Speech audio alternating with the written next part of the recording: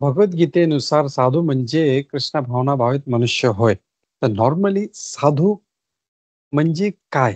हे आपल्याला खूप एक मोठी काय म्हणतात ना, एक गलतफहमीला काय बोलणार एक मिस मिस गैरसमज आहे. एक एक म्हणजे एवढं मिसकन्सेप्शन आहे. साधू म्हणजे कोणतरी मोठा दाढीवाला बाबा ज्यानी सफेद केस आहेत किंवा मोठा तरी टीका लावलेला आहे किंवा साधूचा वेश घातलेला आहे. पण आपण जर पाहिलं that is not the correct definition of साधू. कारण आपण जर पाहिलं रावणाने पण तोच वेश धारण केला होता आणि त्याने काय केलं सीताचं त्याने अपहरण केलं होतं. सो एक्सटर्नली म्हणजे दॅट इज नॉट अन म्हणजे एक करेक्ट म्हणजे हे नाहीये. म्हणजे साधू जर ओळखायचा असेल तर जस्ट बाह्य त्याची दाढी आहे, त्याची केस सफेद आहे किंवा त्याचं वेशभूषा जी आहे ती ती भगव्या रंगाची आहे, तर त्याच्यावरून आपण नाही ओळखू शकत. कारण रावणाच्या केसमध्ये पण बघू शकतो. रावण पण जो होता त्याने तेच वेश केला आणि काम काय केलं त्याने आणि आज आपण पाहतो असं कितीतरी आपण नाव घेत नाही, पण असे कितीतरी जे सो कॉल्ड जे साधू आहेत त्यांची सगळे सगळं बाहेर आलेलं त्यांची त्यांनी काय काय केलं. So that is not the correct thing. तर साधू कसा ओळखावा? Can anybody tell me? साधू ओळखायचा असेल तर काय पाहिलं पाहिजे त्याच्यामध्ये? ऍक्च्युली हा माझा क्वेश्चन आहे हो. ओके, ठीक.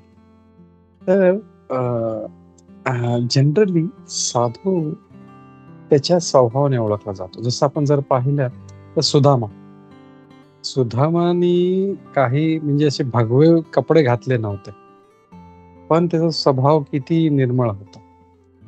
त्याच्या बायकोने त्याला जबरदस्ती पाठवलं, त्याची इच्छा नव्हती जायची. तर तरी पण त्याच्या बायकोने सांगितलं, नाही तू जा, तुझा मित्र आहे कृष्ण, तो एवढा मोठा राजा आहे, तुला काहीतरी देईल. तर असे जे म्हणजे कुणाकडे काही मागणं किंवा दुसऱ्याच्या हक्कावरती आपला हक्क जमवणे.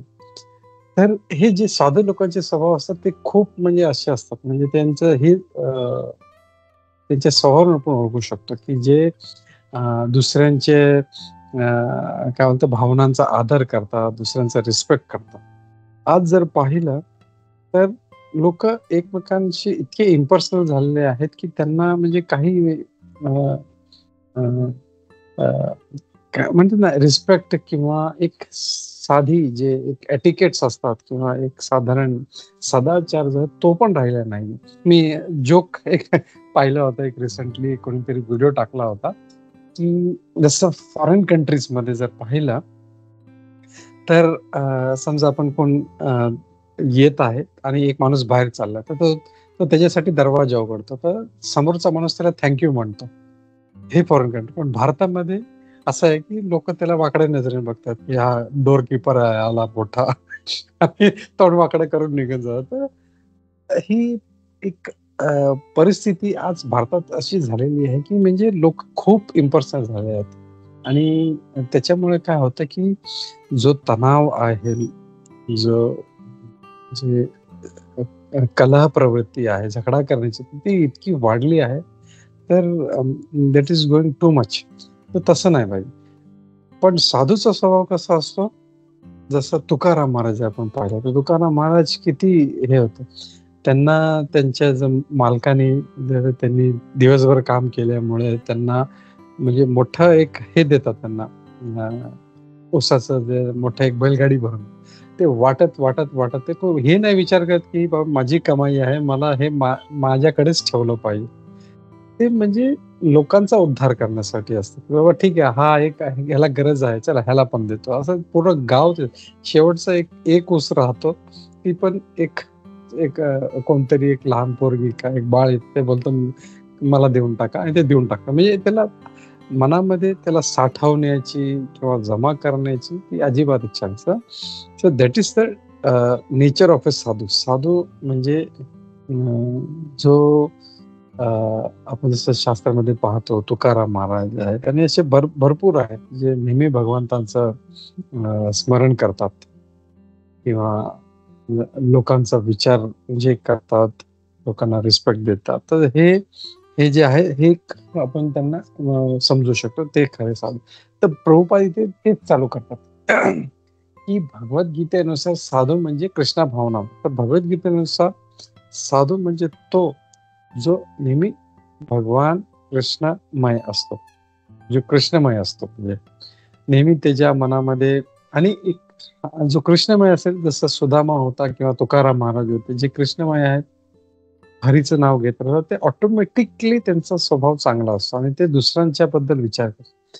तर 2 प्रकारची लोकं असतात. एक असतात जे चांगलं बनण्याचा प्रयत्न करतात आणि दुसरे आहेत जे भगवान कृष्णाचे भक्त असतात. तर दोघांमध्ये फरक काय? जे भगवान कृष्णाचे भक्त असतात ते ऑटोमॅटिक त्यांचा स्वभाव चांगला असतो. पण जे आर्टिफिशियली चांगलं बनण्याचा प्रयत्न करतात, त्यांच्या अजून जे आहे ते पूर्णपणे ते त्या स्थितीपर्यंत पोहोचले नाहीयेत. कधी-कधी त्यांना राग येतो, त्यांना वाईट वाटते किंवा ते झगडा करतात. पण जो भगवान कृष्णाचा भक्त आहे त्याच्यासाठी सर्वच जे त्याचे बांधव आहेत. मग ते कोण गरीब असो किंवा पशु-पक्षी असो किंवा काही असो, तो सगळ्यांचा तो म्हणजे खूप आदरेने त्यांचा तो विचार करतो आणि त्यांना हे वाटतं, की बाबा हे सगळ्यांचं मला सगळ्यांना पाहिलं पाहिजे. तर साधू म्हणजे जो कृष्ण भावनाभावित व्यक्ती आहे तो. तो नेहमी भगवान कृष्णाचं चिंतन करतो तो. एखादा मनुष्य अधार्मिक आहे असे दिसू शकते. पण जर तो कृष्ण भावनेच्या गुणाने संपूर्णपणे युक्त असेल तर त्याला साधू समजतात. तर बाह्य रूपे असं वाटेल, की बाबा त्याला तो म्हणजे असं अधार्मिक आहे. जसं पाहिलं उदाहरण कोण आहे का? अं, असं तर काय आहे हां, जसं आपण पाहिलं प्रल्हाद महाराज. प्रल्हाद महाराज जे होते, ते दैत्य कुळातले होते. म्हणजे राक्षस कुळचे होते. पण त्यांचा स्वभाव कसा होता? ते नेहमी भगवान कृष्णाच्या चिंतनमध्ये राहायचे. He was always Krishna conscious. तर ते त्यांना साधून तर अ, जो इथे काय लिहिलं, पण जर जो कृष्ण भावनेच्या गुणांनी संपूर्ण युक्त असेल, तर त्याला साधू समजलं पाहिजे आणि जे कृष्ण भावनेची मुळीच पर्वा करीत नाहीत, त्यांना दुष्कृताम आणि जो अजिबात कृष्णाची पर्वा करत नाही, कृष्ण भावनेची पर्वा करत नाही, तर त्यांना दुष्कृत किंवा जे अ, अ, असुरी आहेत, त्यांना असं म्हणू शकतो. हा शब्द